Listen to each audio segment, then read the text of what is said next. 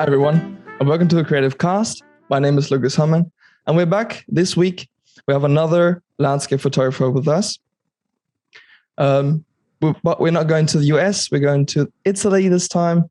Tuning in from Tortona, we got Enrico Fossati with us. Welcome. I'm very happy to be here on your podcast. All right, let's start with you and a bit of your background so we get to know you better.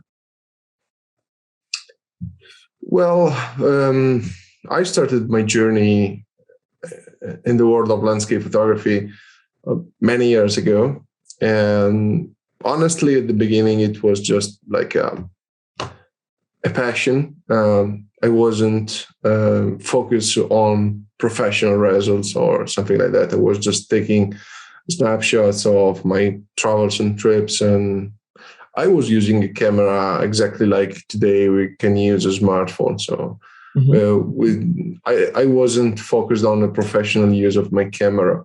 But of course, my love for landscape has very deep roots because I am passionate about art and about designs and illustrations. I collect art books from movies and video games and from past centuries, like the Romanticism is one of my biggest interests. And of course, when I started my journey into photography, I started to edit my pictures because I started in the digital age. So Photoshop was always on the desktop of my computer. And then I started to study a little bit Photoshop, more oriented to the basic adjustment of my picture to fix color, saturation, and contrast, very, very basic stuff. And then one day, one of my partners at work told me, but why are you not shooting with a professional camera like a DSLR? Because he saw that I was just trying to fix a picture that was poor in terms of quality. Yeah. Because I was shooting with an old Coolpix camera. It was a 5 megapixel camera that I bought back in 2002, if I'm not wrong. And then later in 2000, after like more than I think it was 2008, 2009, I bought my first DSLR, and I bought it just, sounded like a good idea, but I wasn't really aware of what I was doing because, for example, I never heard about aperture or shutter speed or something like that. I was using the camera in a very basic way. And then after I bought my camera, I started to study classical photography. So I was a huge fan of all the English landscapers, David Norton, Lee Frost, all these guys that were using the camera in the more traditional way with a lot of optical filters, graduated filters, and a lot of long exposures. Yeah. I love the English style, but I think that wasn't my goal. I always looked for a little more artistic approach to my photography. And because as a passionate of art and landscapes, especially fantasy landscape, I was looking to a special edit. And then one day I discovered the works of Mark Adamos, and I thought, man, this is God. I have to learn from him. But in Italy, at the time, there was nobody that was teaching that kind of photography. Everything was very old style and linked to the classical scheme of landscape photography. So I started to study Photoshop and editing of my own. And I discovered luminosity masking. That opened a world to me. So from that point, I started to work with multiple exposure blendings, and slowly I started to develop my own style.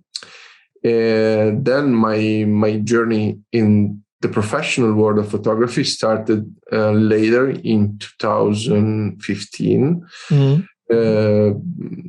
After I met a lot of professionals from United States, because I was an early adopter of 500px in many years ago, and from the community. Social media? What's that? You mean the social media app? Yes. Okay. The social media, and on that platform, I met a lot of professional photographers, and we built a criticism group on Facebook. It was like a criticism group. It was very helpful for me. I learned a lot of things, and I've met a lot of guys that actually are the most important landscapers in the United States, like Aaron Babnick, Alex Noriega, Ted Gore. All these guys were in this magical group. And starting from that group, I started to talk with Erin about the possibility of planning workshops in Italy on the Alps. And she was looking for a partner. And so I started my journey in the world of professional photography. After workshop, then I started to produce video tutorial. I'm teaching photography in the field. I plan private workshops and selling prints and all the classical things that are doing professional landscape photographers. Yeah, I see. And well, in the recent times, I jump in the NFT world. Yeah, I've seen that. I was actually surprised that that you went to that. Yeah, it's pretty interesting. I think it's a good opportunity for creatives in general, not only for photographers. I mean, musicians, video makers. It's plenty of opportunity. Of course, it's not easy. It's not an easy market because there is a lot of competition, and the number of collectors is still limited. But definitely, it's worth a try. I feel like the topic of NFTs, which is still widely unknown by most people. Like most people don't know what that is still. Right? Well, I see, of course, common people don't know what is NFT, what are NFT, because are something that is linked to the world of crypto, and a lot of people are not familiar with that word, and most of them are not. I think they are thinking of something that is used by mafia or something like that. So they are a little scared about this word because there aren't rules about the management of the assets, and everything is open. Like you open a website, you create a profile, and then you start to trade money and cryptos. So everything is, it is a vast world. There are a lot of things to know, but it is, I think the potential is big, especially in the next years. NFTs, I think, they will have a big role in our daily life. And probably, I read a rumors on Twitter that is the core platform for all the crypto stuff and NFTs. Seems that Facebook and Instagram are going to open the opportunity to their users to sell and purchase NFTs. So probably that will be the beginning of a new age. And of course, the prices, they will probably be reduced because now there are very high prices. And as everything, and then at the beginning, there are a few users that are gaining good money, and then after thousands of users are jumping into the pool, everything is gonna probably will change. I don't know. I think anyway, it's still a good opportunity, and it's worth to try. Yeah, it's for sure quite a bit of mayhem currently. Like it's all over the place, and I feel like there are no rules for anything. But everything is still in development. There aren't strategies, or there are a lot of platforms where you can sell your NFTs. So, may I ask what the benefits? What benefits you see in NFTs that are interesting for us creators? Well, for creators, the benefit is that they can return to like a sort of renaissance of what is fine art, photography, and art in general. Because nowadays, if you want to sell art prints, or you are a celebrity, or you have to work with galleries where they have a pretty high percentage on your on the amount of money that you gain on your pictures, and on the profit. Everything in the NFT world is decentralized, so you can work of your own. You don't need to pay nobody, so you have just to sell your images, and you can promote yourself. You don't need to be curated by someone, so you can just open a web page and say, okay, these are my NFTs, and if you are a good marketeer, you can be successful. That is a pretty strong opportunity for anyone.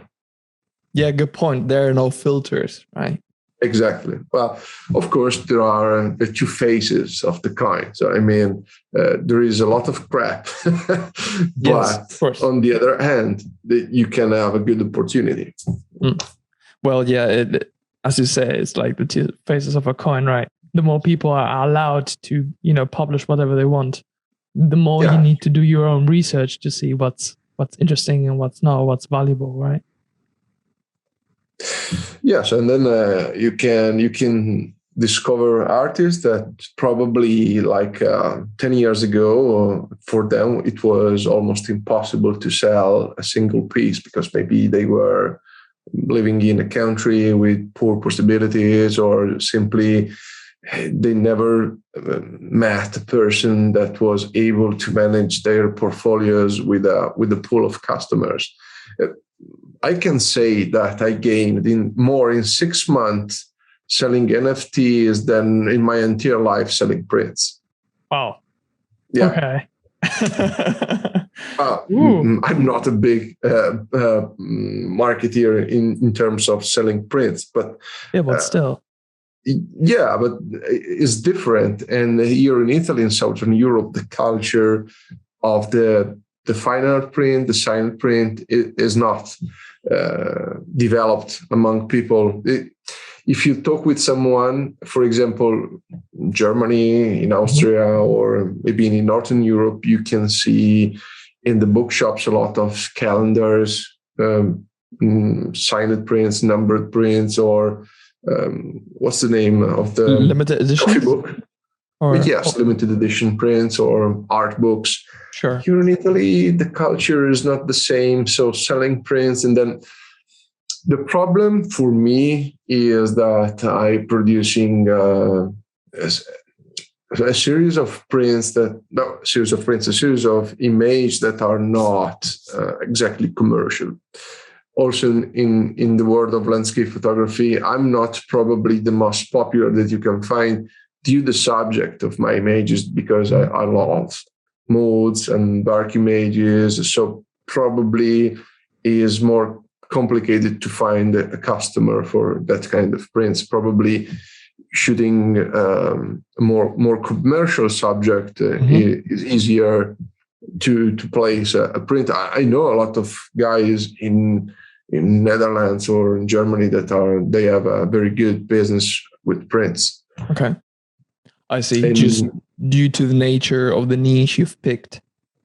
For example, I know a guy that probably is Lars van der Goor, is a Netherlands photographer, and he sells a lot of prints. And I think he is one of his main source of income.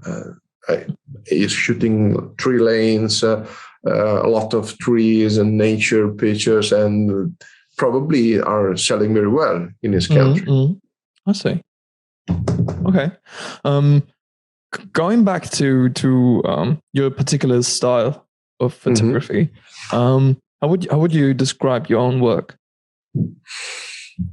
Well, it's always complicated to describe our body of work, but I think there isn't a word to define. Well, the generic word to define what I'm doing is fine art photography, but fine art photography means a lot of things. Well, my approach is definitely creative and I'm not going to reproduce reality. I never try to do that. So my achievement is when I'm successfully reproduce a mode or a feeling that I pre-visualized, and I think before shooting a place. And the definition of this process, well, is, I think the best word is creative photography. Okay. And so what I've picked out is the realism for you is very low on the list of what is important to you. Realism, to represent reality. No, the realism is not really important. Well, is important because I don't love fantasy pictures in terms of maybe Venice with pack and the Northern Lights or something like that, like extreme composite image. Even if I like composite when are made with good taste. For example, Michael Carts from Parallel Worlds, I think he's a great photographer and an amazing artist, and I love his work, even if are pretty strong and extreme photo manipulation. But he is a serious artist, and I never try to do certain kind of works, but definitely reality is not the key. Well, what I mean is that sometimes I overhaul the scene with the color, in terms of colors, in terms of lighting, because I need to reproduce a certain kind of mood or atmosphere that I had in mind. I've seen that you use a Leica currently. Not anymore. Not anymore. Okay, that's what I read on your website. Not anymore, because it was a partnership that I made some years ago. Then after some years, and then I decided to quit this relation because I need to work alone. Alone? Did you say alone? What did you say? Well, nowadays on the social media, you see a lot of people that are advertising brands and then are talking about ambassadorship. So I could work with many brands, and the key today is not the art of that I am a master. Maybe if I am an ambassador, I should be very, very good doing something, video, photography, or whatever. But the problem is that brands are looking only for promoters. So they don't need someone that is an artist. They just need someone that is able to draw the attention of the users to their products. And in exchange, you don't have a lot in terms of visibility. That is the most important thing for me. I'm not looking for, well, of course, money is good for everyone, but it wasn't my goal at the beginning of my experience with all these brands. I was looking for prestige, for visibility, for building a curriculum. Okay, it's clear what I'm saying. Yeah. And in the end, I realized that they are only interested in numbers. So referral links, contacting people, making reviews. I am a photographer. I'm not interested in writing reviews or doing this kind of activities. And so at the end, I decided to quit some of these relations, because I'm more interested to keep on going my artistic projects and not this kind of project, because are not good for me, because they are time consuming, and in the end I don't have back what I want. Okay. So do you feel like it's taking something from you? Is it taking time, or is it taking the joy Yes, for it? it's taking time, and the activities that usually are related with brands are, for me, are not exactly pleasant. Okay, I see. But it had nothing to do maybe with the product itself. No. The products, everything is okay. I never had problems with products, and in general, okay. Well, maybe you can find the flow. Sometimes it's nasty when you're working with the brand. Then you have like an exclusive, and you can't say, okay, I want to use another product, so you have to use that product. So if you are something that if you're used to change, is not a problem. Then if you're a person that is used to do always certain things, so you say methodic, yes, I think is the right word. If you're something like methodic or something like that, I think it could be annoying, but I never had this problem. Okay. I changed for that reason. Well, I changed.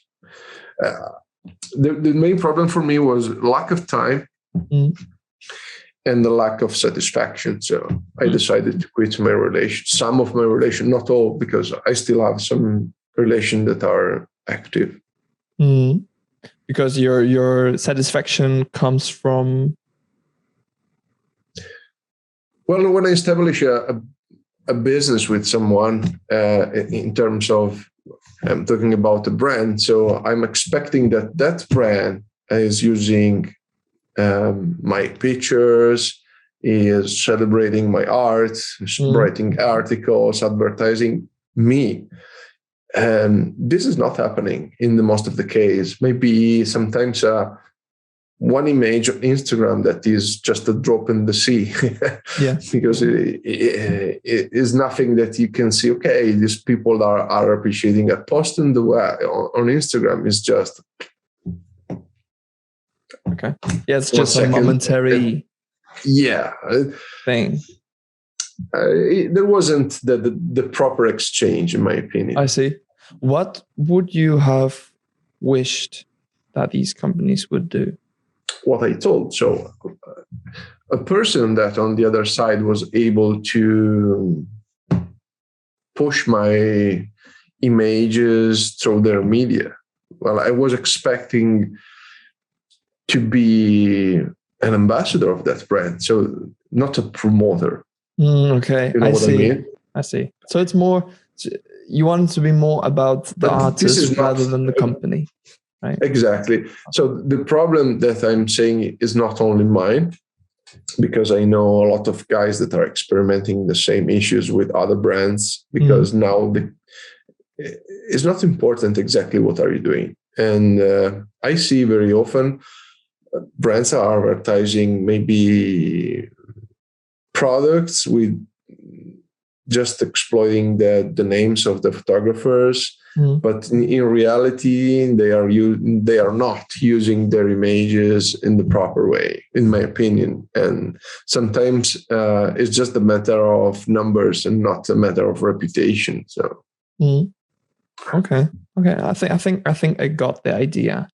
I think is, well, okay, of course, if for a guy that is jumping in the world of photography, it could be very nice because you have free gear, you have something like that you can write in your profile. I am ambassador, I am. That is the most important word in the world of Instagram. I am something, I'm doing, I'm connecting, I'm contacting. And I think it's not important anymore for me that I'm more interested in doing my job. Okay, I see. I mean, sure, it always depends on your specific situation. Because I met a lot of photographers and professionals over the years, and if you talk with these people, nobody is saying, "Oh, he's doing cool works because he's working with that brand." Okay. He's doing that cool work because he is a good photographer, not because he's working for someone. And I think that is the important thing. So building a reputation, not thanks to the brands, but thanks to you and what are you doing. Okay. as artist, as person. Yeah, I mean, sure. I mean, it needs to make sense for you, not only for what you want to represent, but also, how you work, your mentality. Right? Exactly. Need to represent that. So that's regarding a bit of the side of, the brands itself. But I would love to talk about sort of functionality when it comes to equipment regarding landscape photography. Yes.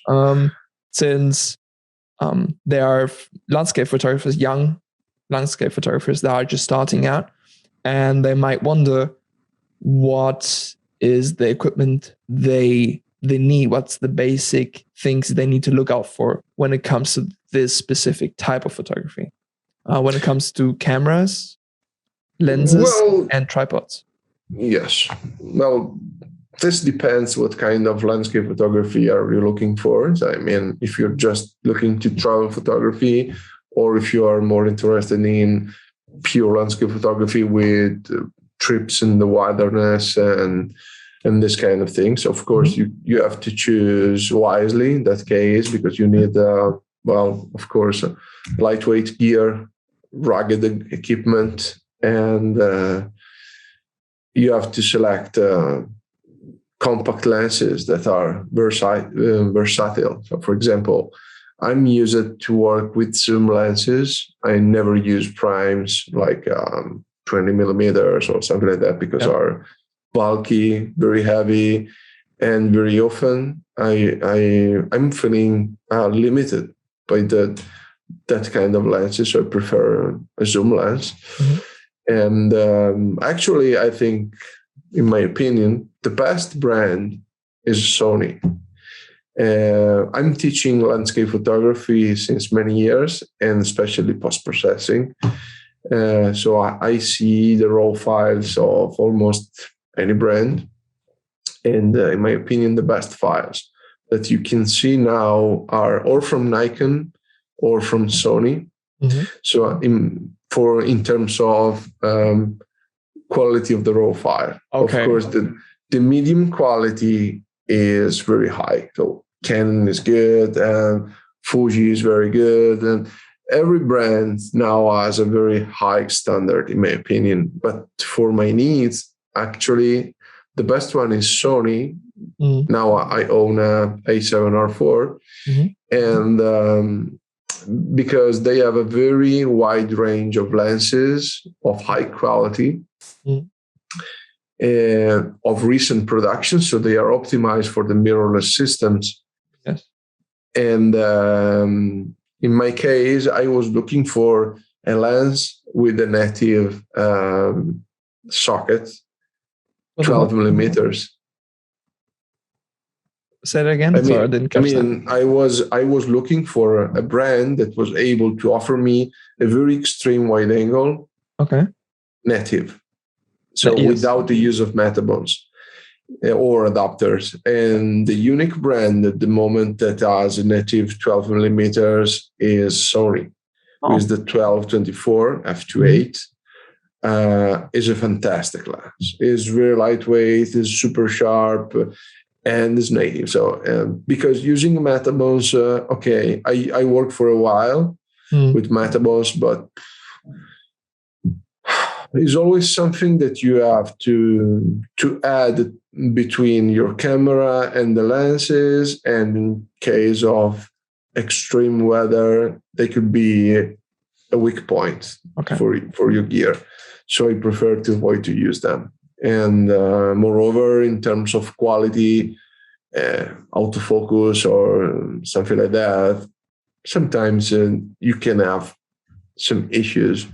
It's better to avoid them, in my opinion. Yeah, and then of course all the zooms that are offered by Sony are very lightweight and with very good performance. So a lot of sharpness. For example, a very cheap lens that, in my opinion, is fantastic is the 24-105.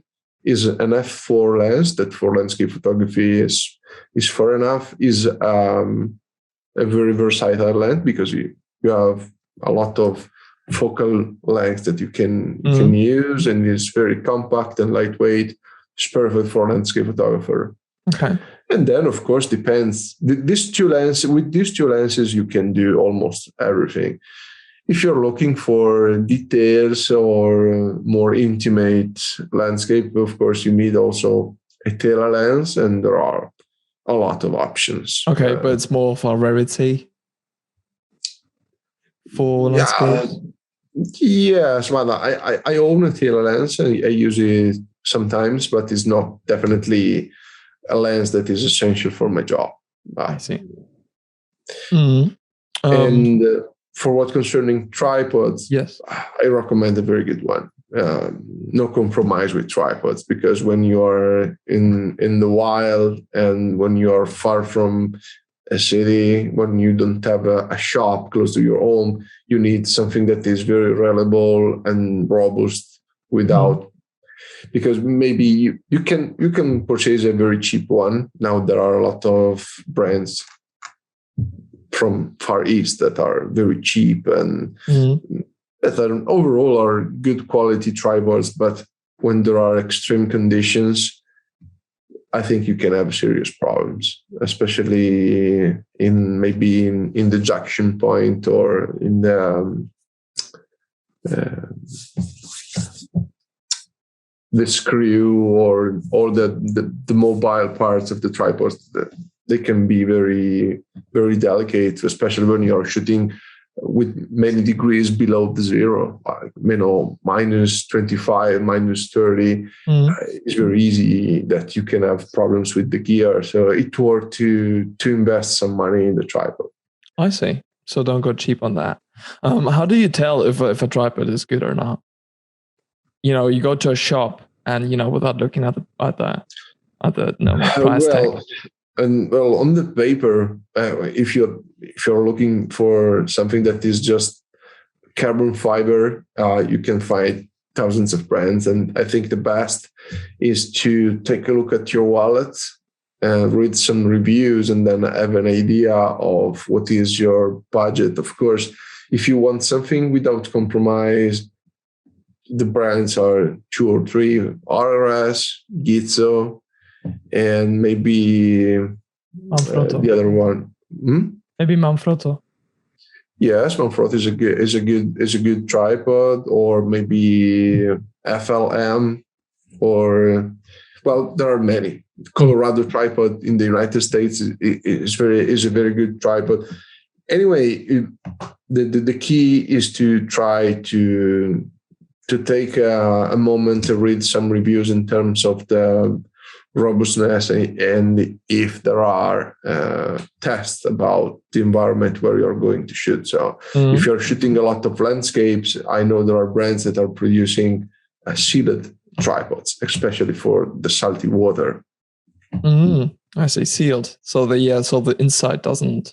Exactly, because the salty water is terrible for gear. Yeah, okay. Well, you don't even have to put it in water. Like if you're in a very humid place, sometimes it can be enough. Because humidity is not a big issue in terms of, you have just to take care of your gear time to time. But the problem is the salt. The salt is destroying completely the screw and everything that is made of metal. So I recommend to wash the tripods always. After a session in the ocean or in the sea in general, I recommend to open your tripod and wash it under the shower. Okay. Unless time to time is very useful also. Maybe use lubricants or the proper products for the maintenance of the tripod. I see. Okay, I am ambassador for Gizzo, and of course it's a splendid brand. I love their tripods, and I never had a single problem with them. And time to time, they send to me there is a special lubricant for the G-lock system, so you can always have the screw perfectly working. And I wash them time to time. I completely dismount the tripod and I leave the legs in the sweet water, and then after I apply some lubricant, and then I after it's dried up, it's ready to return in the field. Okay, good. Yeah. I don't mind that. I mean, I feel like most people don't do that. They would just like, it just suffers. That's just how it is. I think it is something that it's worth, especially if you have an expensive tripod. Yeah. Okay. Yeah. Well, when they're very expensive, normally they give you the option to actually dismount it properly. Because if it's too cheap, you probably can't even do that. I don't know, because probably every tripod you can completely unscrew the legs. Well, I don't know. Anyway, probably yes. I have a really cheap one, and it's one piece. Okay. It's like you destroy that if you want to take it apart. No, but I mean, what should you expect a good tripod to cost you? Roughly, give a number. I think around 500 euros at least. Oh, that sounds okay. Yeah. I was thinking of worse. I was like, well, a Giza tripod, I think, is around 800 without the ball head. Without the what? Without the ball head. Oh, the bolt head. Yes. Okay. Yeah. Then you have to purchase the head part. All right. Talking about the head. It's the standard tripod most people know is not that, right? It's not a bolt head tripod with 3 axes. Yes, 3 axes. I think maybe it could be very precise, but it's extremely uncomfortable when you're at the field, especially if you're moving in the nest environment, and then you have these 3 levers. Mm-hmm. It is very uncomfortable. I prefer to use a ball head because it's more compact, mm-hmm. And you don't have the weight of the other kind of ball heads. And then moreover, you can reduce a lot of movements of the ball head just purchasing an L plate lens, an L plate for your camera. Mm-hmm. What is that exactly? The L bracket. I'm not sure right now what that is. Do you know the L plate? It's like you mean the one where you like the one you screw to the camera. You can mount the camera vertical and horizontal with the that's same called plate. L plate. Okay, I didn't know that. Yeah. The L plate. Okay. Yes, that's the standard one, right? Yeah, that is very, very useful, especially because with the problem of the ball head is that sometimes if you have an heavy camera and you don't have the L bracket and you need to make a vertical shot, you have to completely turn the ball on one side. That could be pretty dangerous for your gear, especially if you are shooting maybe in a river or something like that. Yeah. And with the L bracket, you have just to turn your camera and you don't have to touch the plate. Okay, fair enough. But it's always also I feel like investing in a good tripod is sort of a life policy for your camera, since if you buy a very cheap tripod and then due to that it being very fragile and lightweight, it's easy to fall over and damage your gear. Yeah, so the problem of the super light gear could be, for example, if you're shooting in the forest when you have a very soft layer of dead leaves, you can easily see the tripod that is floating above the leaves. That is very dangerous because in 1 second you can break your lens maybe on a stone or on the roots of a tree. Yes, everywhere. So definitely the super light tripod is not a solution for me. Yeah. I think another interesting. I mean, you have to find a compromise according to your body and your capability to load the weight for a long time. Sure. There are a lot of mid solutions that are very good. I mean, you don't need to have a super heavy tripod to be able to mount 600 millimeters because could be just useless, but something in the mid could be a good solution. Mm-hmm. For example, talking about Gizmo, because I know all the models of Gizmo, Mountaineer is a perfect tripod, is an overall solution. Mm-hmm. Okay. Sure, it needs to fit, your particular situation. If your camera and lenses are worth 300 euros, maybe it's too much spending 500 on a tripod. Yes, of course. Everything. For example, you have to put it in perspective. Yeah, definitely depends what kind of gear are you using. A Gizmo for 300 euros camera maybe is too much. Yeah, of course. But a Manfrotto could be a good solution. Mm-hmm. Another thing I've noticed is, many entry-level tripods have a joint in for the legs, so they can't spread completely. Oh yeah. So I feel like that's something to look out for too. That you get a tripod that lets you put the camera as low to the ground as you can. Well, most of the tripods you can invert the central column. You can take it out, or what do you mean? Yes, you can remove the central column and mount it on the other side. So a lot of people are not aware of this possibility, but there is a way to completely remove the central column, and then you can mount it reversed. So you can hang your camera in the mid of the legs of your tripods. Then you can go very low. Okay, I see. Interesting. Yes, usually there is a screw. You can do that in the field without many problems. Okay, so maybe that's with Manfrotto you can do it. Okay, well, I think maybe that's another idea to have a screwdriver with you when you go out to the wild.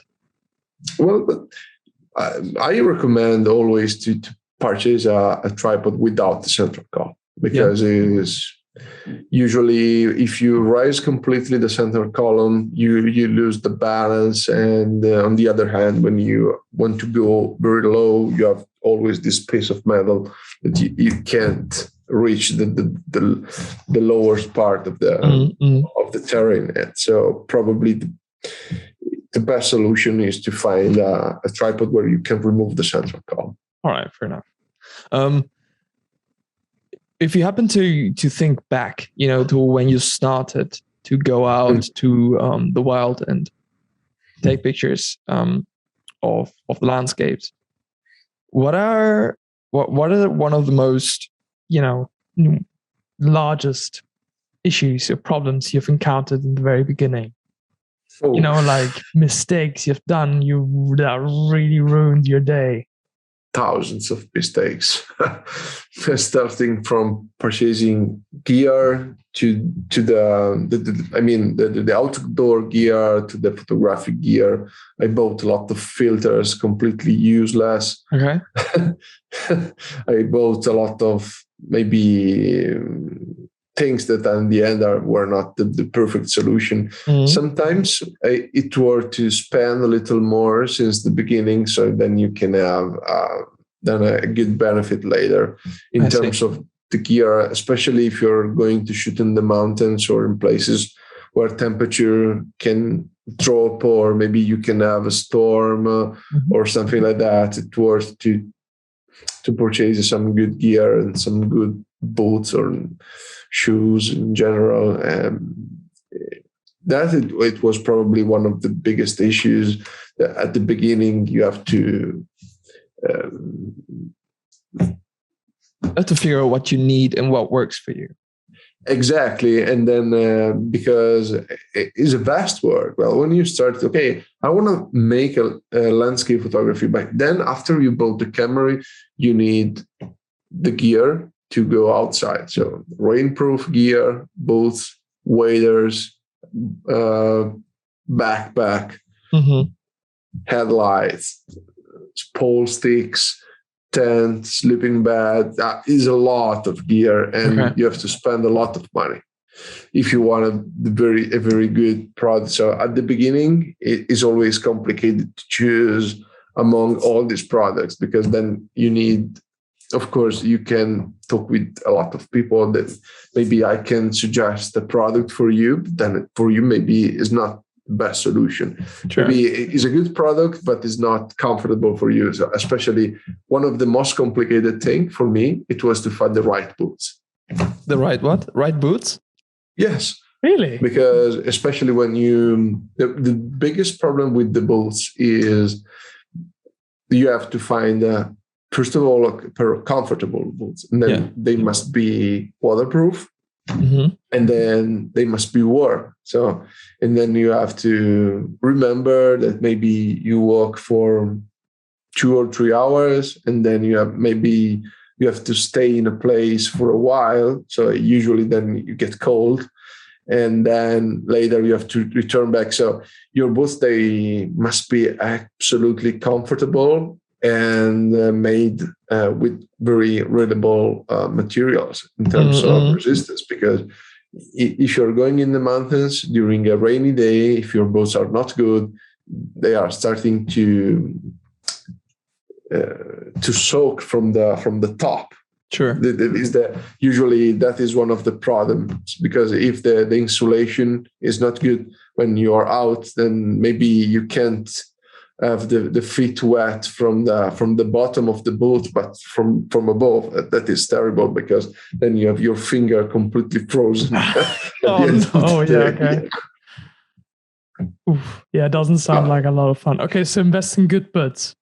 Yeah, good boots is always okay. Good footwear. It worked. I see.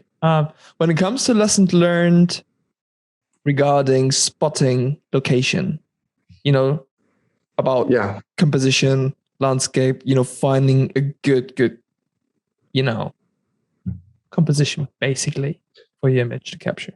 Well, that is another good point. Well, nowadays, to be successful as a landscape photographer, you must shoot certain locations. So it seems that the research for original spots is like a kind of second objective. So the first one is to have something iconic in the portfolio. And in my opinion, that is something that is, I don't know, you lose a bit the feeling of the discover. Is the feeling of the scouting to go in a place, find a good spot, and then take a picture. I think that is very satisfying for me. So sometimes when I see enormous portfolios of iconic pictures, I see, okay, maybe are beautiful, but it's okay. Maybe you have this sense of deja vu. I've seen this 1,000 times.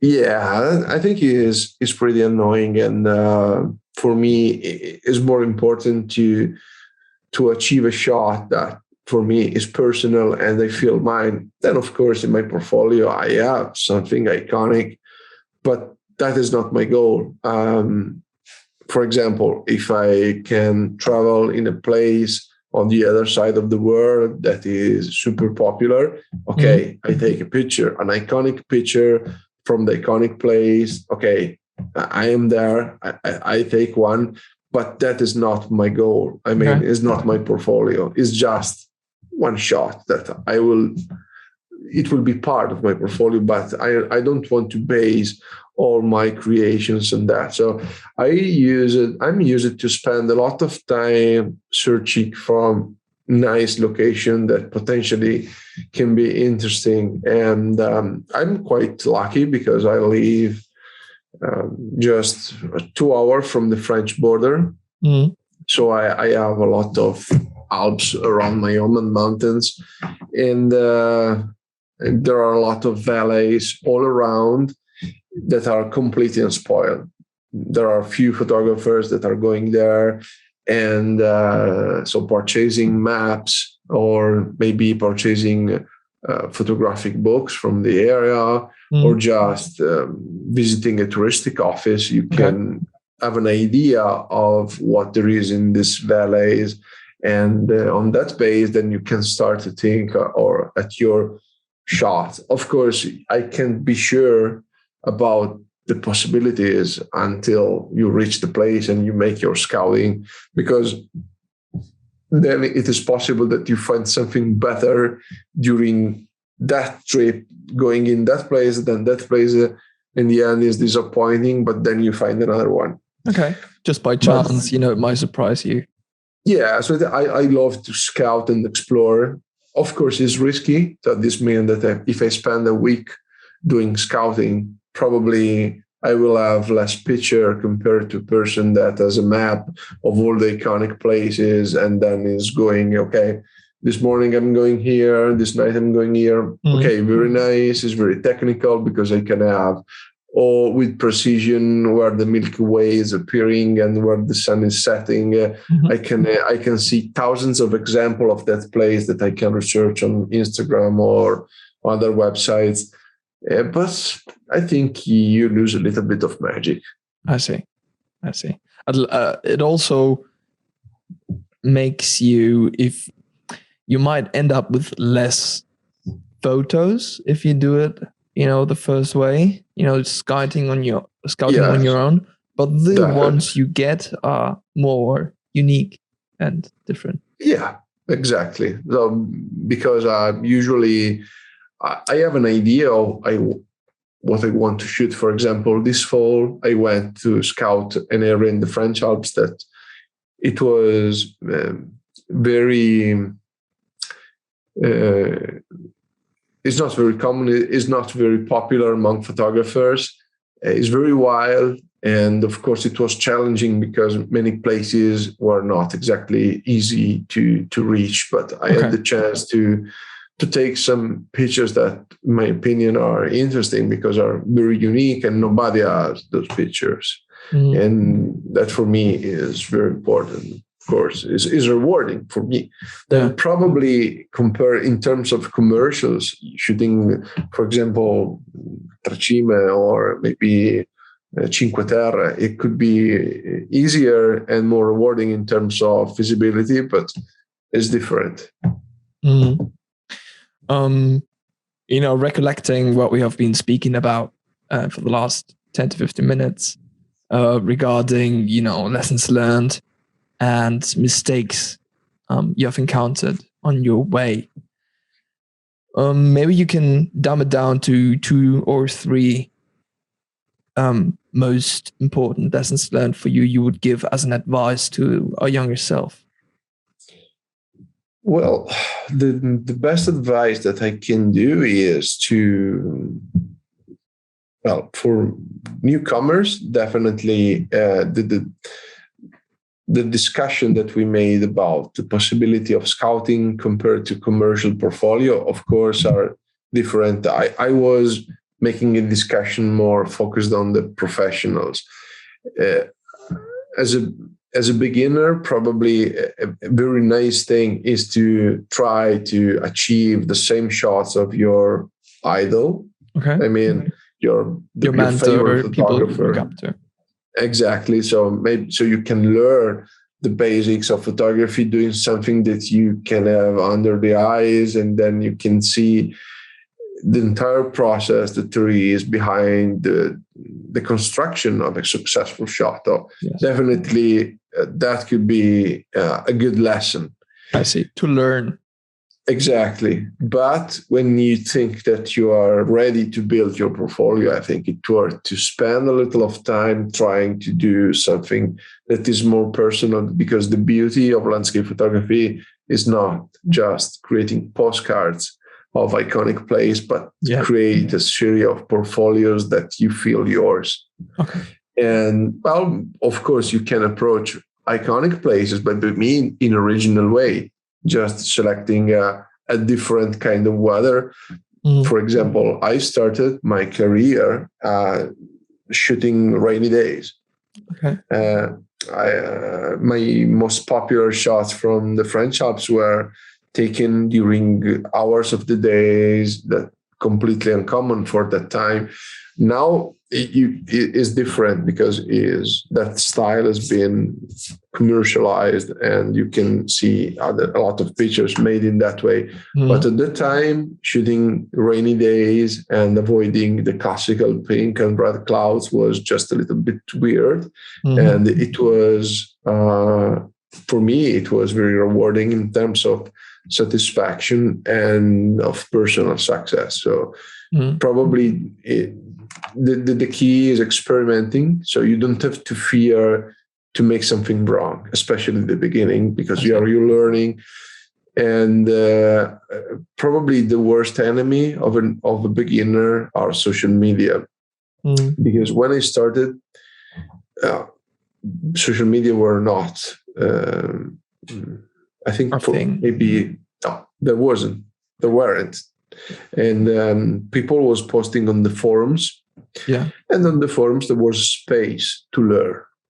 And it was nice to receive critics from people. Now, on the social media, you don't see critics. You see only awesome, beautiful, amazing, colors are striking or something like that. You see only compliments. Just praisers and haters, basically. Exactly. I think it is very bad for learning. And because you are a little bit, maybe you're always expecting to receive a compliment about your work. And I think it could be toxic. I mean, because then at the end, you're convinced to make something that is very good, but then in the end, it's not good. You have just to try to do something that is personal. And maybe you can renounce to some likes and positive comments, but you can find like a niche of people that are really enjoying what are you doing. I think it's not important to have thousands of pictures that are just nice for a lot of persons that are just browsing quickly Instagram and say like. Is more important to me to have a portfolio of pictures that people remind because are special. You know what I mean? Yes. So I follow a lot of photographers that they have maybe a small audience. Yes. They are not big accounts, but they are making very nice and original works. And for me, are interesting because maybe I can be inspired by these guys because I'm not an absolute master. I need to feed my creativity, and get inspired doesn't mean copy. Get inspired, maybe watching the work of someone and then try to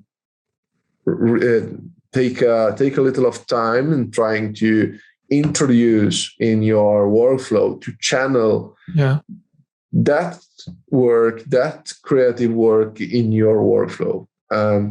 I spend a lot of time watching movies and artworks and trying to learn from the masters.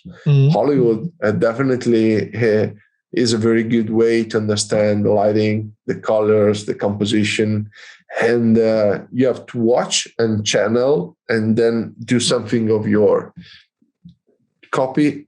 Is that good? I see. I do agree with you on that completely. It's one of the reasons, for example, for this show, that's one of the criteria I look out for creative people to be on the show. I don't look at how much influence they have, but rather on what they do, their portfolio, their what they create, and if that is interesting or it captures my attention somehow. Yeah, I think that is the right philosophy. So I follow with passion a lot of guys that they really have something to say about their territories or their vision of photography. It's not just a list of places they visited and they made a very big wow picture with pasted fake lights or something like that. I love to search something that is more strong, that make me feel something. Yeah. So when I watch this portfolio, I need to get excited or emotion. So I need to receive something. Okay, a good image is nice, but maybe I can forget it after a few minutes. So when you see something that really hits your mind, I think that is a successful image, not the number of likes. Yeah, fair enough. Something that you won't forget. Something that is exactly burnt into your skull. You've mentioned, what inspires you, what you're looking for a creative content, a creative portfolio. When it comes to creativity, how does that impact you or impact your work? Oh, you mean in terms of continuity? Yeah, like what does creativity mean to you, and how big of a role does it play in what you do? It's essential, but of course, not all the days are good for creativity. There are long moments. Well, with the time, of course, at the beginning when you're processing pictures, maybe you can be very happy about almost all your pictures. With the time, after you visited many places and you have created a lot of pictures, then you are more picky, and then you start to say, no, this one is not very good, and this is not really exciting, and then you're changing, and then you become very selective and very critic with yourself. And of course, creativity is suffering a bit because after you created a lot of works, and then to make a very original one, you need a little more time. But definitely, I am of the opinion that you have to work for quality and not for quantity. So I prefer to publish 10 shots in 1 year, but I want to be sure that those 10 shots are killer for me. I don't need just to produce pictures that are senseless. It's not my goal. I'm not an influencer. I'm not looking for that. So I'm just a photographer, and I look to create something that for me means something. And definitely there are moments in your life that you are not creative, so you can do nothing. You have just to wait and be patient. Yeah, maybe you need to interact with people, living emotions, get drunken, or you can do a lot of things. You have just to wait the right moment for you to make something that is special. So you can be of the same mode every day. Just for example, when you wake up in the morning and then you are going at work, not every day you are of the same mood. There are days that you are more positive and maybe you are more interested in your project, and there are days that you want to stay at home and to sleep. It's completely different. So it is the same for photography. Yeah, I feel you. It's obviously not all, roses when it comes to executing a creative craft in any way, since it involves a lot of up and downs. But I like what you said. Most good photo series, because classically, any photography is consumed in a series of images, not single images. Well, nowadays it's turning more into the single image world, but it didn't used to be. And most historically, very established and famous photo series and photo books have taken very, very long time to be done. You just have to think of, for example, Sebastião Salgado, with his books that, I feel like each book took him like 10 years to make. So, that is a very good example. Yeah. It's not a guarantee for success, and I don't think it's a mandatory quality for it to be good. Like, it doesn't have to take you years for it to be a good project, but it definitely helps. I will put it that way. I think you you touched a very good point in terms of, I mean, the success is not your goal. I mean, when I started my journey in the world of photography, my goal was not to be successful. I mean, I wasn't thinking to become an Instagram star or maybe a celebrity. I was just looking for something that was satisfying for me. I think sometimes the approach is wrong. I know a lot of persons that are they joined the world of photography, and after a few months they started to teach and started to produce video tutorial, just barely copying the works of other persons. And I think that is not success. You never build a career around that behavior. I see. Because maybe you can steal some money. You can have temporary success because you're exploiting something that is very popular among people. But then in the end, over the time, then you will disappear because you don't have nothing to say. Yeah, I like the way you put it. I think you have just to focus your attention on photography. Other things, of course, are necessary, especially if you're thinking to a professional career, but your professionalism should be a priority for you in terms of behavior and the way how you present yourself to the professional community. Honestly, I would be disappointed to see something like that, because it's happened, and it continuously happen in the world of photography, that there are a lot of clones of people that are trying to exploit the works of other guys, and that is pretty toxic for the community, and definitely is not the right way to be successful. I see. So be very clear about the purpose, why you do this, why you do photography if you happen to do photography, and be clear about your goal, and if that is a healthy goal, a healthy reason. Your goal could be also to make money, but of course, as every job, you need to be very successful. You need a little of passion. You can do it that is not just the work that you are doing because you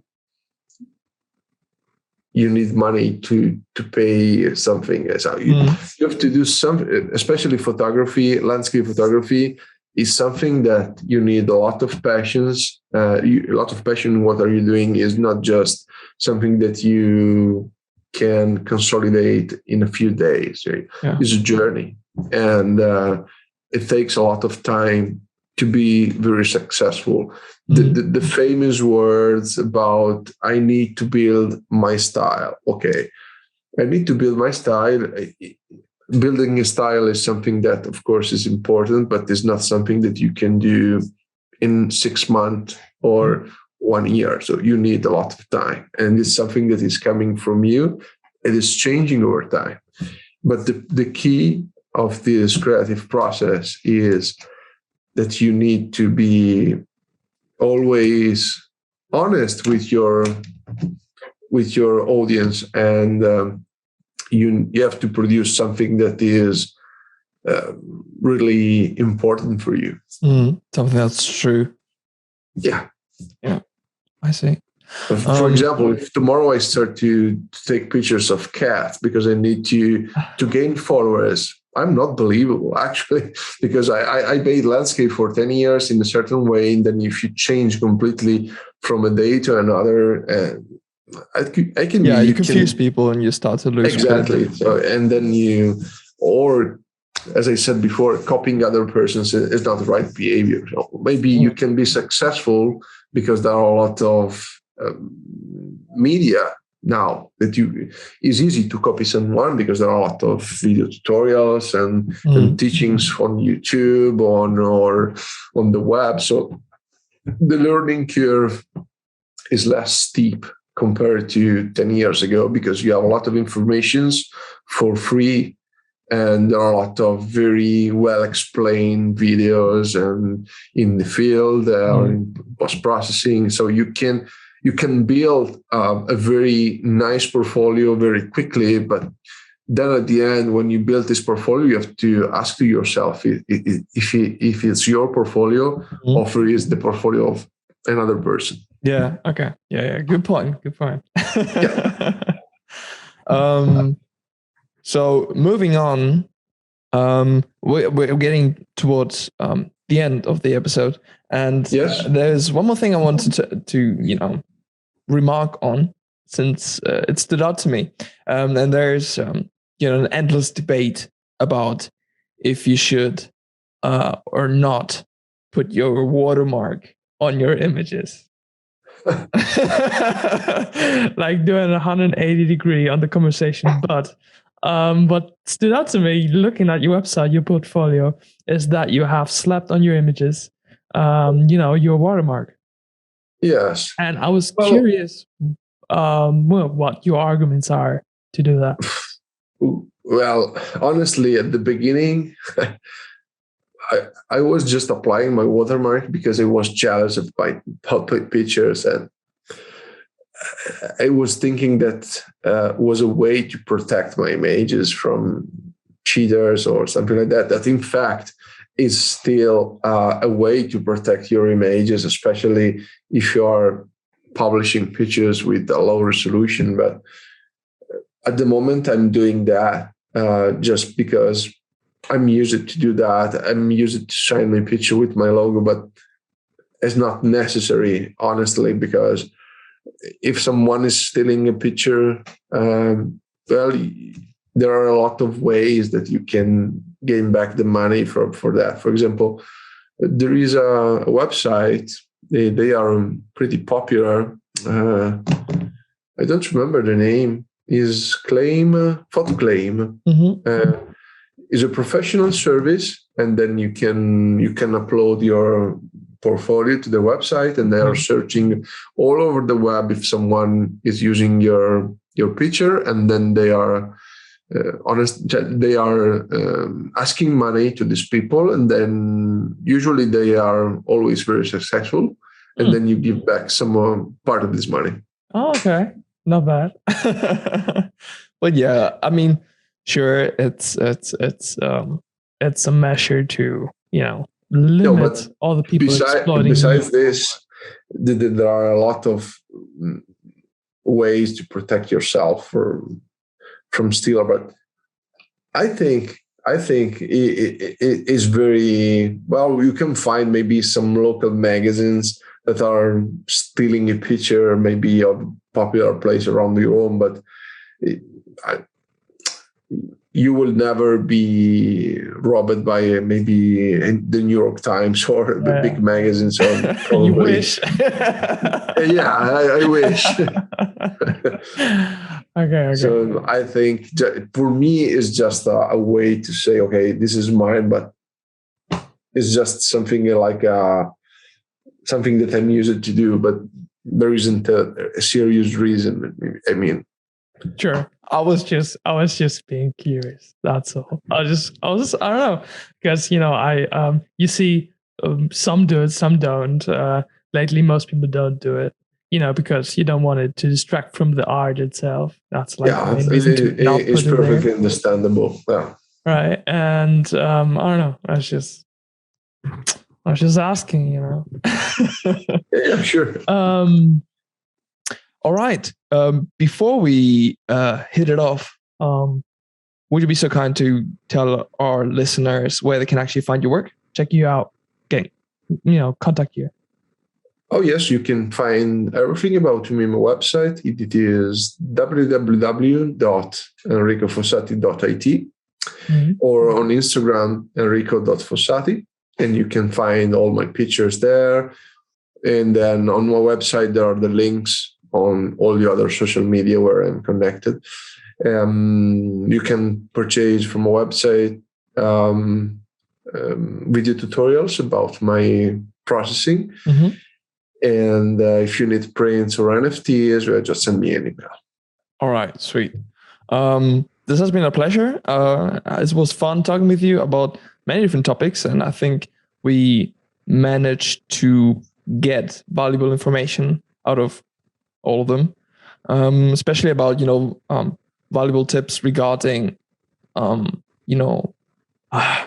getting things right from the beginning when it comes to landscape photography for beginners.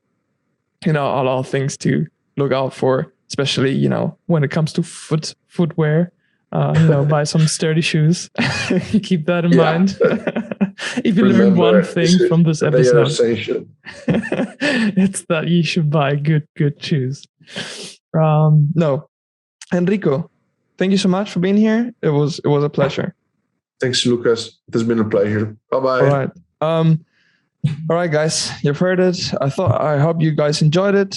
You will find all links to Enrico's social media and website in the description of this episode and all social posts. I hope you guys have a lovely week. I'm Lucas, and this was the Creative Cast. Been the best part of my life.